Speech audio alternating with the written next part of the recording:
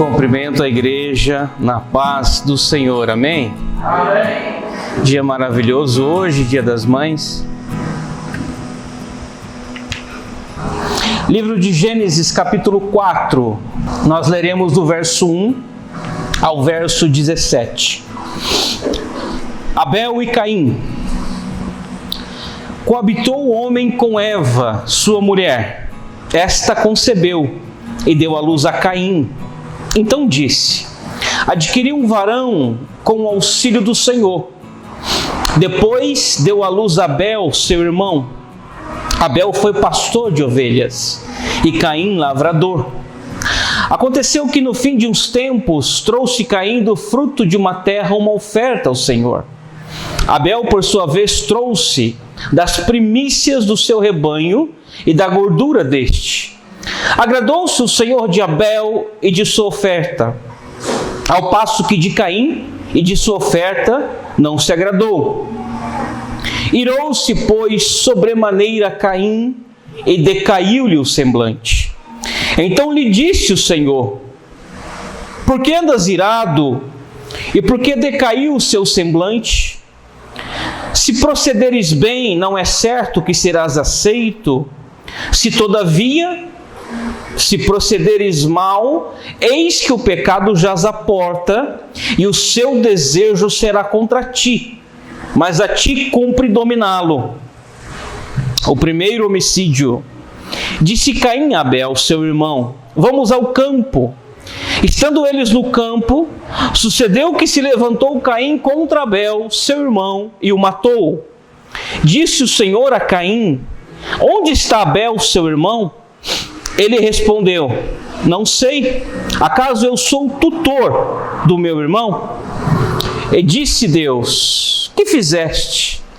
A voz do sangue do seu irmão clama da terra a mim. És agora, pois, maldito por sobre a terra, cuja boca se abriu para receber de tuas mãos o sangue do teu irmão. Quando lavrares o solo, não te dará ele a sua força, serás fugitivo e errante pela terra. Então disse Caim ao Senhor: é tamanho o meu castigo que já não posso suportá-lo. Eis que hoje me lança da face da terra e de tua presença. Hei de esconder-me. Serei fugitivo e errante pela terra. Quem comigo se encontrar me matará. O Senhor, porém, lhe disse: assim, qualquer que matar a Caim será vingado 7 vezes. E pôs o Senhor um sinal em Caim, para que o não ferisse de morte, quem quer que o encontrasse. Retirou-se Caim da presença do Senhor e habitou na terra de Nod, a oriente do Éden. E coabitou Caim com sua mulher. Ela concebeu e deu à luz a Enoque. Caim edificou uma cidade e lhe chamou Enoque o nome do seu filho. Amém? Vamos orar? Espírito Santo de Deus, a tua graça esteja conosco, Senhor. Porventura traria eu alguma coisa sem o teu Espírito e sem a tua graça? Que o coração da igreja esteja aberto à tua palavra, meu Pai, e que encontremos nela a guarida, a proteção, inspiração, e que ela seja o nosso castelo forte no dia da angústia.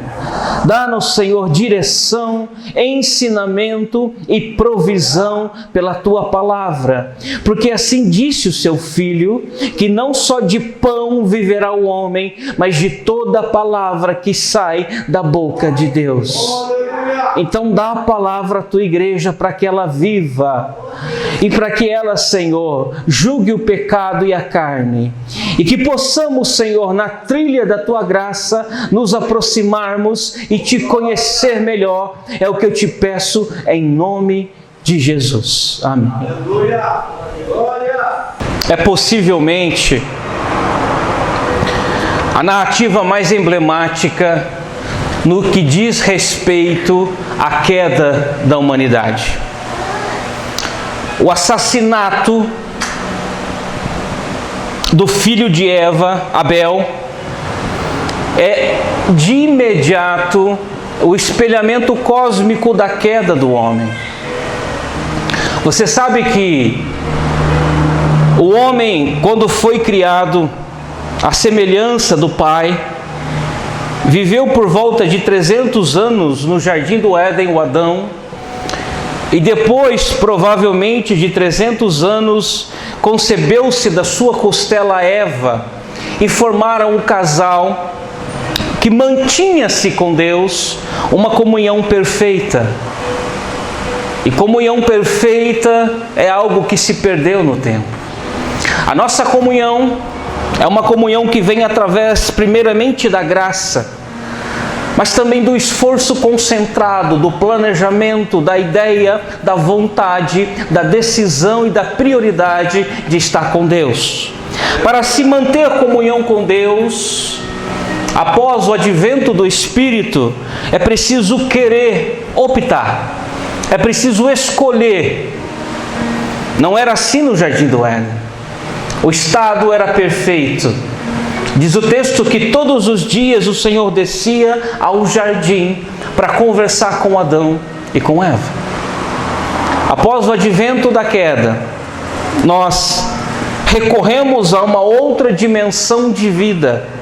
E a partir desta nova dimensão, o sacrifício de Jesus na cruz resgatou a comunhão com o Pai. No entanto, o sistema, o mundanismo, impera sobre a maioria das coisas, e nós, como igreja, nós sobrevivemos a isso pela trilha da graça de Cristo e pelo esforço da adoração. Oh, glória! Aleluia! Mas há nesse texto que eu li algumas coisas muito interessantes. Algo aqui que nos ensina muito sobre essa ruptura da comunhão plena com Deus. Você sabe que após a queda, Adão e Eva é restituído à vida. Eles perdem a comunhão perfeita, mas os traços de misericórdia de Deus se apresentam através de um recomeço. Aleluia! E a gente adora recomeço. A gente precisa de recomeço. Glória! Depois de uma fase difícil, depois de uma tragédia, depois de uma narrativa trágica, nós ficamos querendo recomeço. E o melhor recomeço para Adão e Eva chama-se Caim, porque é um filho. E um filho é sempre um recomeço. Glória! Depois da queda, depois da dor, da consciência do pecado, o Senhor agracia Eva com um varão chamado Abel, chamado Caim.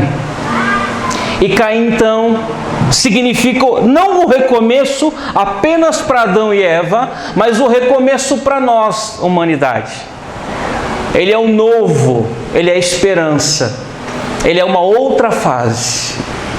De modo que Abel cresce no amor de Adão e Eva.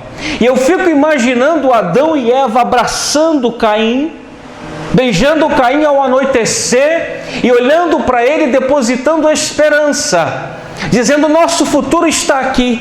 O nosso Deus nos puniu pelo pecado, mas nos deu uma nova semente chamada Caim. E Caim cresce como alvo do amor pleno e perfeito dos seus pais, Adão e Eva. Mas a vida continua. E depois de Caim, vem um outro filho chamado Abel. E aqui, irmãos, começa um grande problema. Porque é muito difícil para nós deixarmos de sermos o centro das atenções. De repente, Caim já não é mais o foco do amor e do olhar pleno de Adão e Eva. Uma outra criança, um outro choro ao anoitecer, uma outra vida que se manifesta, uma outra alma demandando afeto, e vem Caim transpassando o lugar, e vem Abel transpassando o lugar de Caim, tomando o seu espaço. Deve ter sido muito difícil para Caim olhar para o colo dos seus pais e vê uma outra criança sendo abraçada, uma outra criança sendo amada. E eu tenho para mim que a rivalidade de Caim com Abel começa aqui, no colo de Adão e Eva. Meu Deus! E diz o texto que um se tornou pastor. Verso 3. Depois deu à luz Abel, seu irmão. Abel foi pastor de ovelhas e Caim lavrador. Então Abel vem com a vocação do cuidado. Abel vem com a vocação do pastoreio. Isso nos faz entender que ele era mais amoroso, ele tinha mais empatia, ele demonstrava afetos mais facilmente que Caim, que com o coração endurecido vai lavrar a terra, vai plantar e colher. Quem lavra a terra anda mais sozinho. Quem pastoreia tem almas ao lado. Mas quem pastoreia precisa consolar, precisa dizer, precisa abraçar. A vocação de Abel se manifesta no seu ofício. E diz o texto que ambos oferecem um sacrifício para Deus. Que Caim dá um sacrifício para Deus e Abel dá também. Mas diz o texto que Abel traz das primícias para o Senhor. E ele se agrada mais de Abel do que de Caim. E aqui vem a primeira grande lição do texto. Depois dessa passagem, depois que Deus deixa bem claro a preferência pela oferta de Abel e não de Caim, diz o texto que o semblante de Caim cai, porque alguém que é rejeitado pelos pais se sente rejeitado por Deus. É Deus de glória! E a gente é cheio de pessoas rejeitadas por pais. A gente é cheio de pessoas com mágoas no coração. E quando as pessoas têm mágoa no coração com os pais, elas recorrem a Deus. E se porventura essas pessoas se sentem rejeitadas por Deus, a coisa fica difícil. A gente acolhe o amor de Deus, muitas vezes, por não saber acolher o amor de um pai ou de uma mãe, que por vezes não tivemos. Então a palavra diz que o rosto de Caim fica duro e o seu semblante cai, porque se sente rejeitado. E a primeira grande lição desse texto é que eu posso querer o melhor de Deus dando o pior de mim. Eu vou repetir. Eu posso querer o melhor de Deus dando o pior de mim. Caim queria o amor, o afeto, o privilégio. Ele queria o melhor de Deus para ele, a aceitação que ele não sentiu com os pais, ele esperava encontrá-la em Deus.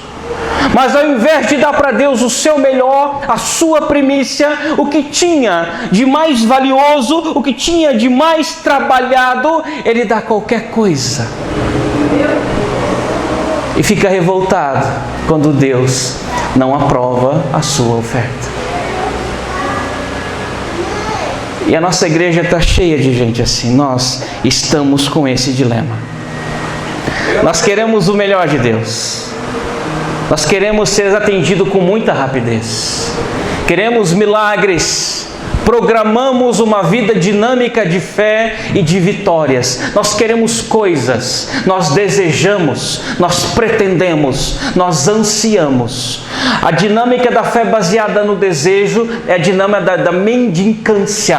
A gente quer, mas não faz.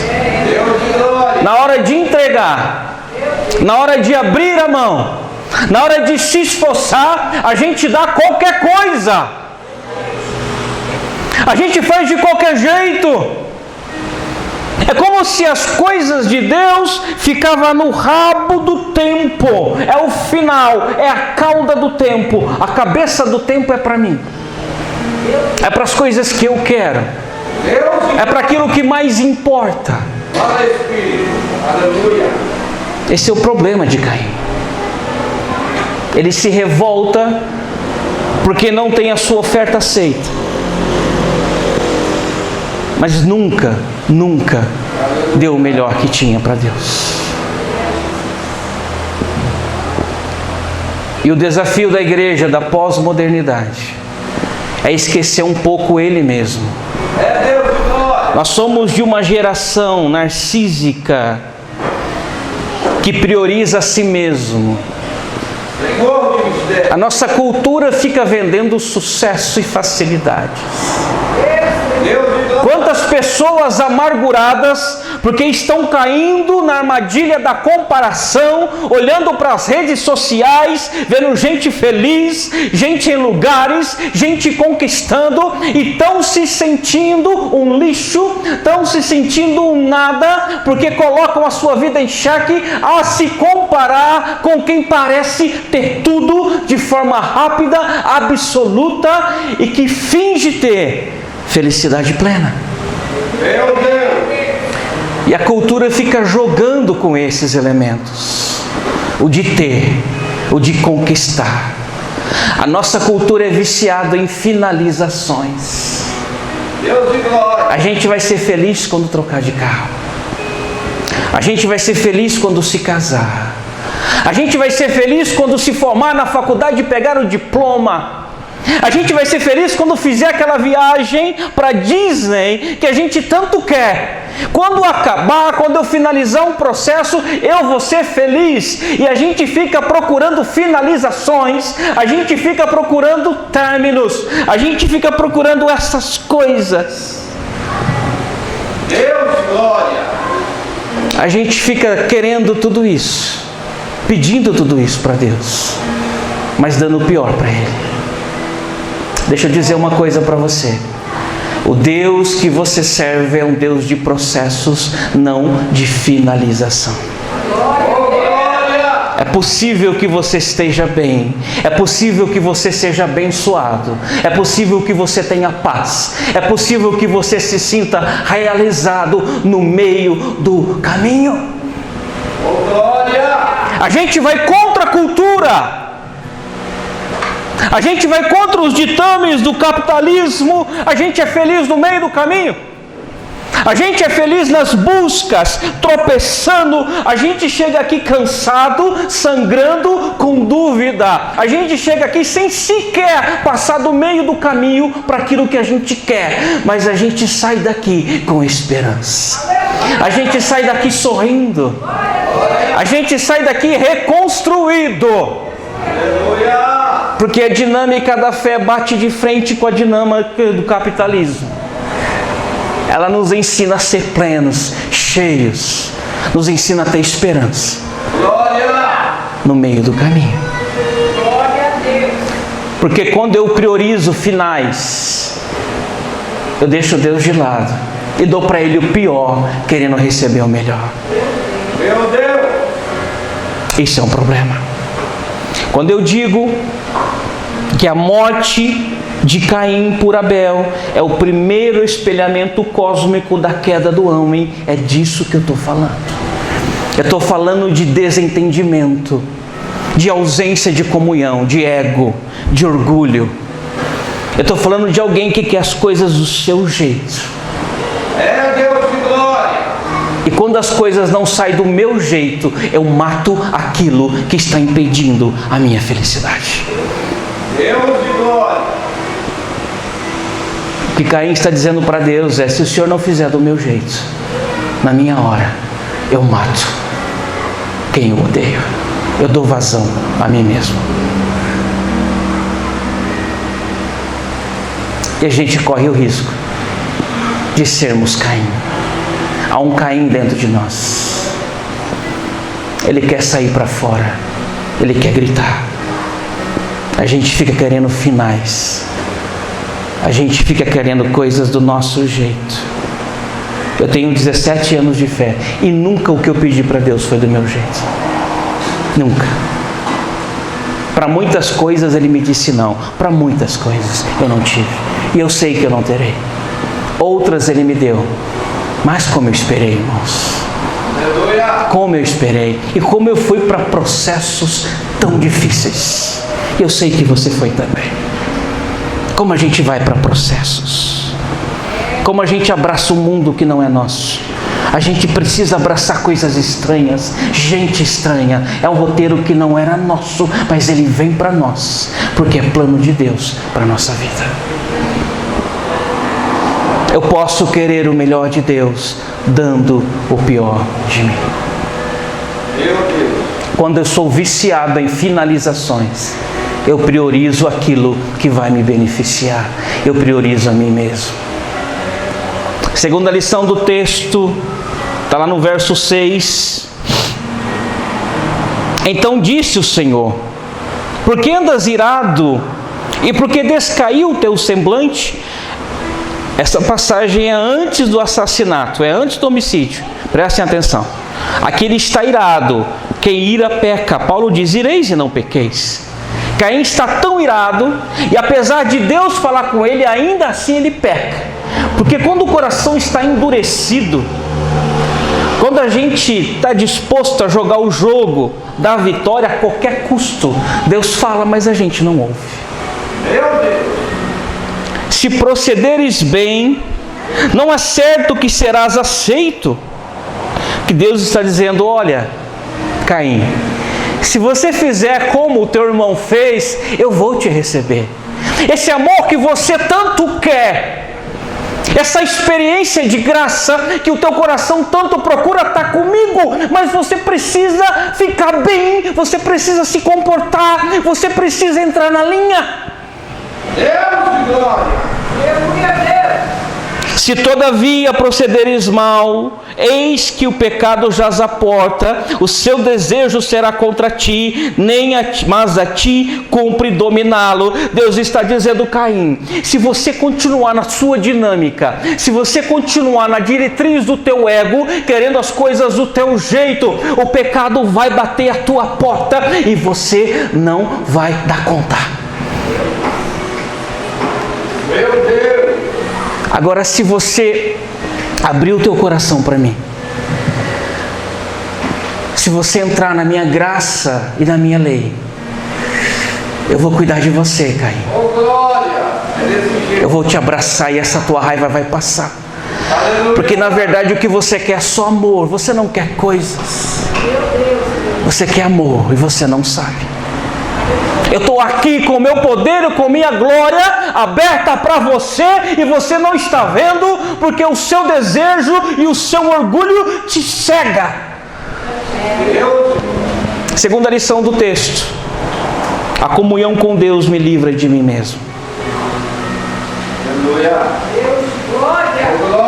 Deus está dizendo assim: Caim, o pecado vai bater a tua porta. Você vai querer coisas que você não pode querer.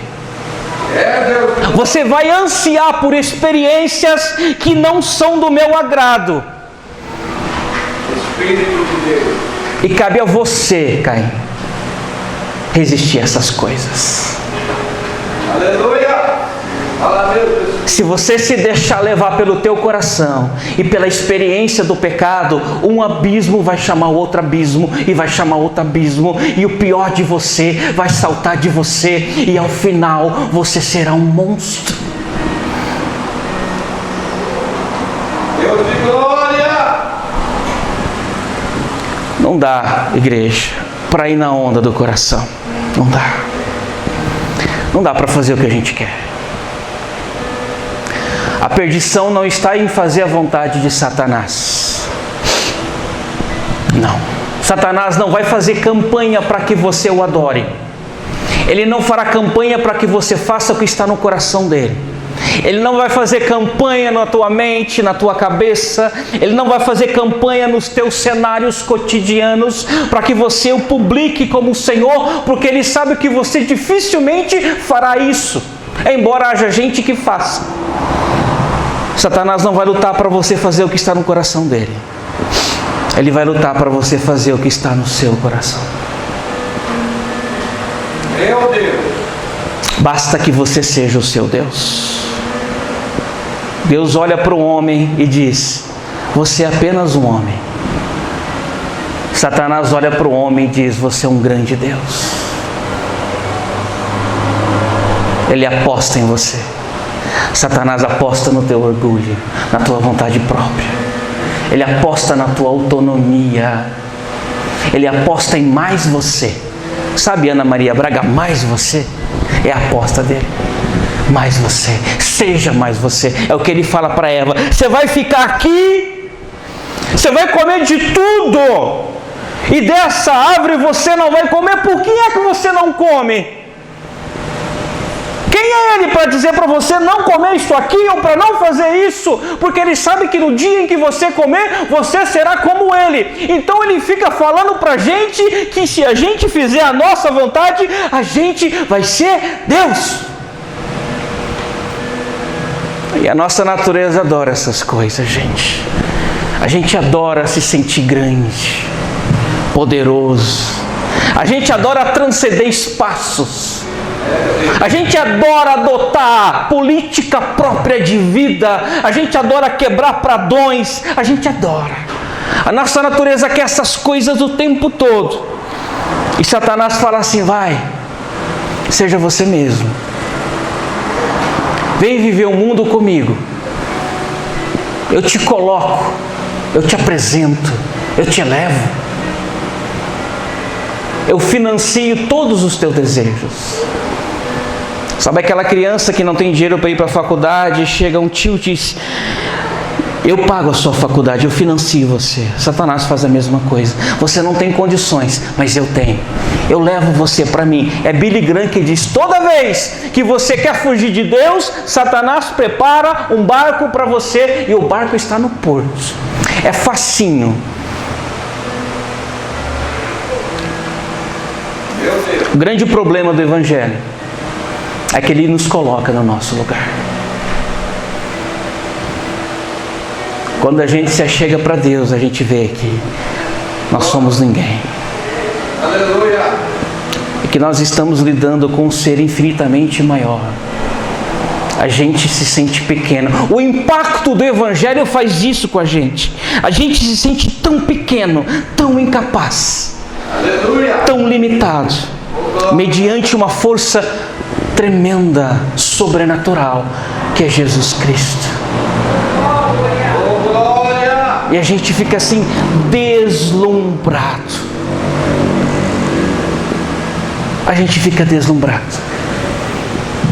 Quem está na rota de Satanás se deslumbra com ele mesmo, mas quem está na rota de Cristo se deslumbra com Deus.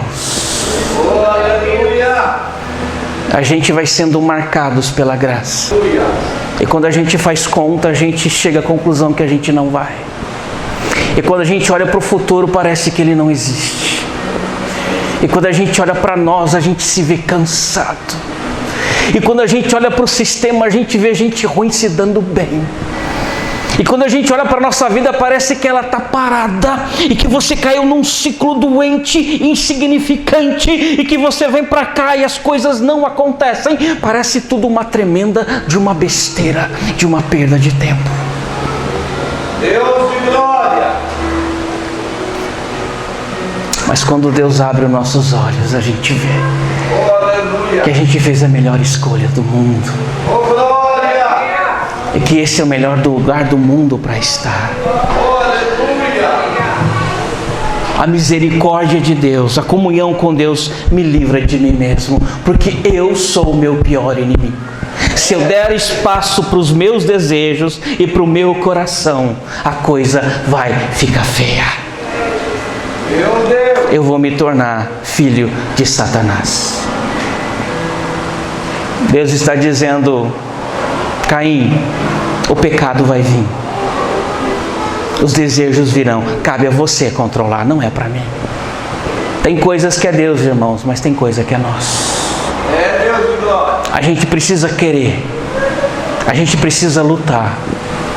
A gente precisa negar a nós mesmos.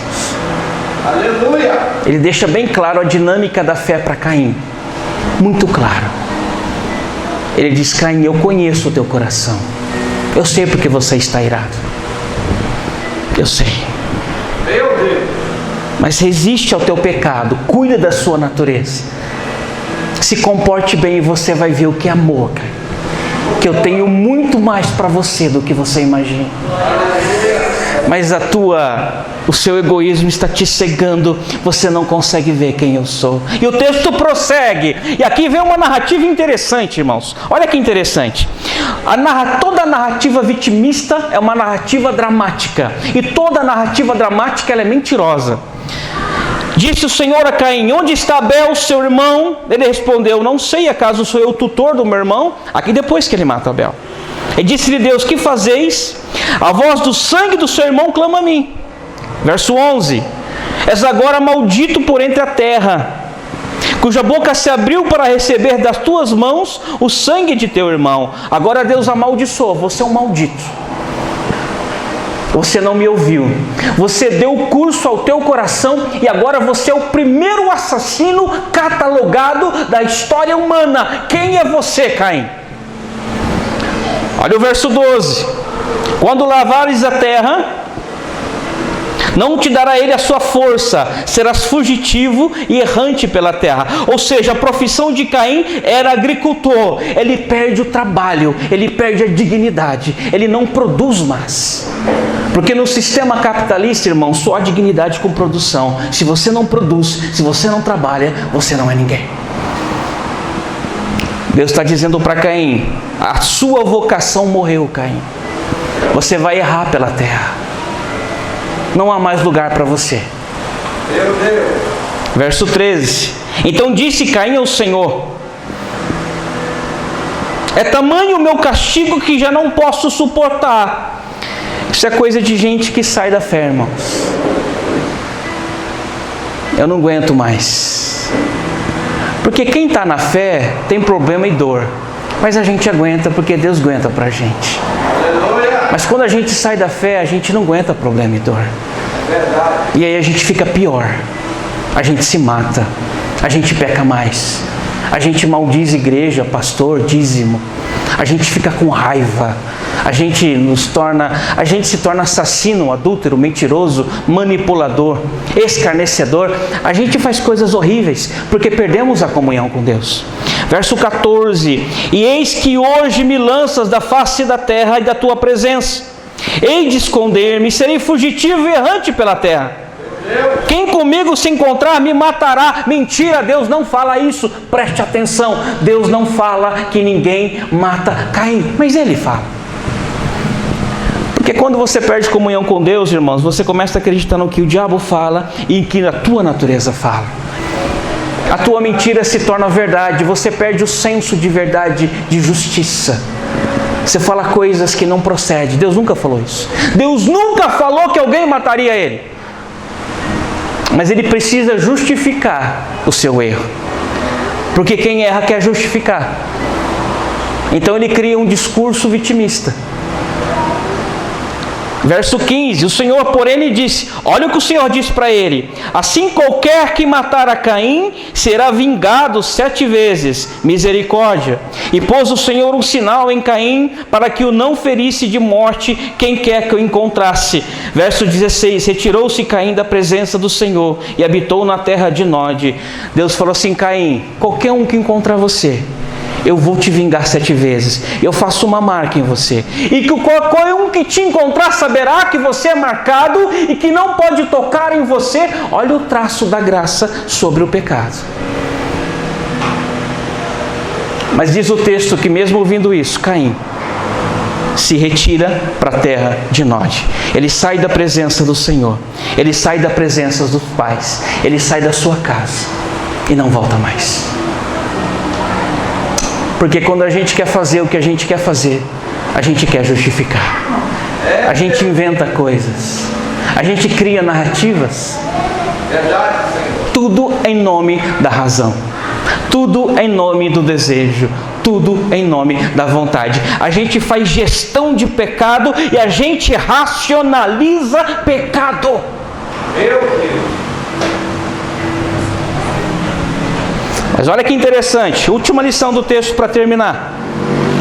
Verso 17: e coabitou Caim com sua mulher, ela concebeu e deu à luz a Enoque.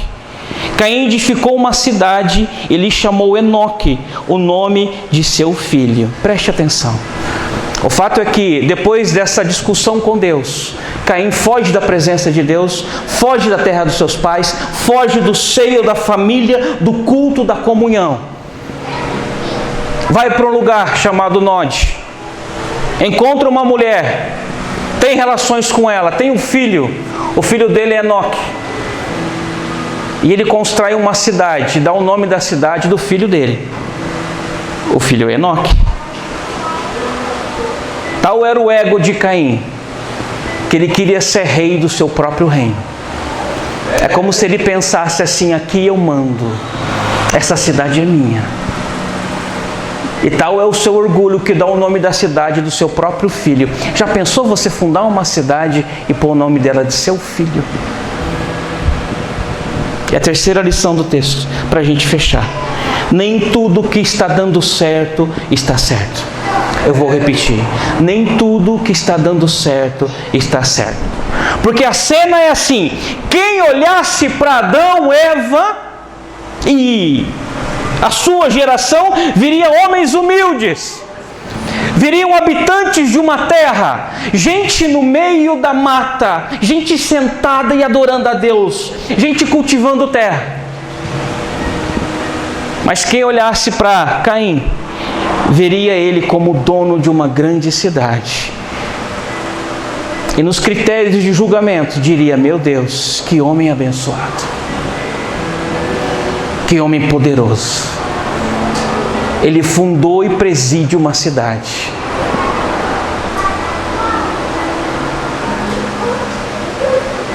A gente julga por resultados.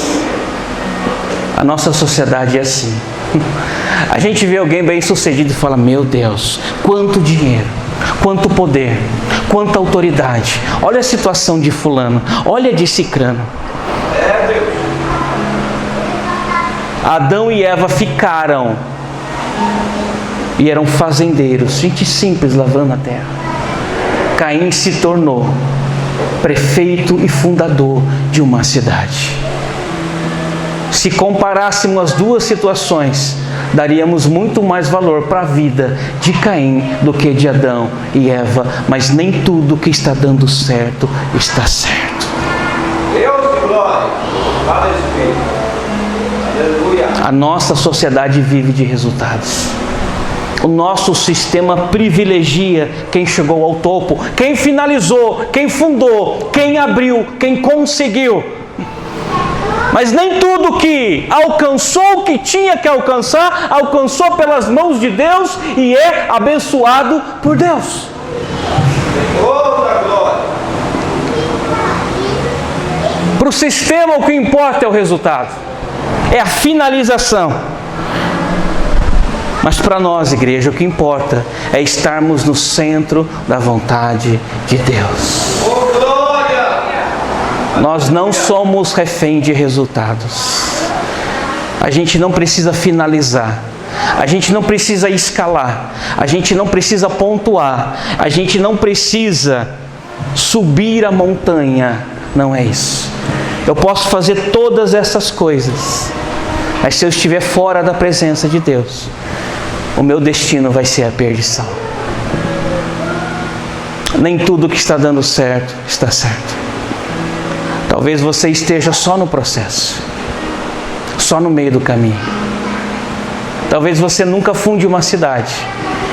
E talvez as pessoas hoje não olhem para você com olhos grandes e com o coração espantado, dizendo: olha que grande mulher, ou olha que grande homem conquistou, abriu, esculpiu, mudou a história, desenvolveu civilização. Está escrito no livro dos anais da humanidade. Talvez ninguém diga isso para você, mas pessoas que olhassem para Caim diriam isso para ele, julgariam ele como um vencedor, como um grande homem. Mas a verdade é que ele estava perdido, abraçando o próprio ego, adorando a si mesmo, afogando as suas mágoas no poder. Meu Deus. Porque quando a gente se afasta de Deus, a gente precisa ter coisas, irmãos. A gente precisa compensar a nossa falta de comunhão com conquistas, com dinheiro, com nome. A gente precisa ter alguma coisa. A gente precisa compensar a falta de comunhão com alguma coisa, não importa o que eu faça para tê-las. Deus de glória. Quem fugiu da presença de Deus tem que se provar, tem que dizer que estava certo. Tem gente aí fora gozando de bens materiais, tem gente aí fora batendo palma para si mesmo, escalando o seu nome na sociedade, saindo em revista, em evidência na internet, em evidência nas redes sociais. Gente que está gritando alto, gente que está caminhando longe, que está sendo aplaudida por muitos, cujo final será o inferno. Porque não adianta ter tudo isso se o teu espírito for espírito de Caim, se você só está fugindo daquilo que Deus tinha para você. E quando a gente foge de Deus, a gente tenta construir coisas. Quem está na presença de Deus não precisa provar, não precisa se provar, não precisa construir coisas. Quem está no colo de Deus sente a sua graça. A graça de Deus vale mais que uma cidade com o nome do Filho. A graça de Deus vale mais que um discurso dramático e vitimista. A graça de Deus vale qualquer compensação, qualquer status quo, qualquer reputação que o dinheiro e o poder possa nos dar. A gente fica com a graça de Deus. A gente fica como Adão e Eva, quietos, no jardim do Éden, adorando. E não importa o que eles façam por aí, a gente fica aqui, louvando, adorando, sentado no colo dele e desfrutando da graça que é nossa. Amém? Glória a Deus. Fica de pé em nome de Jesus. Glória.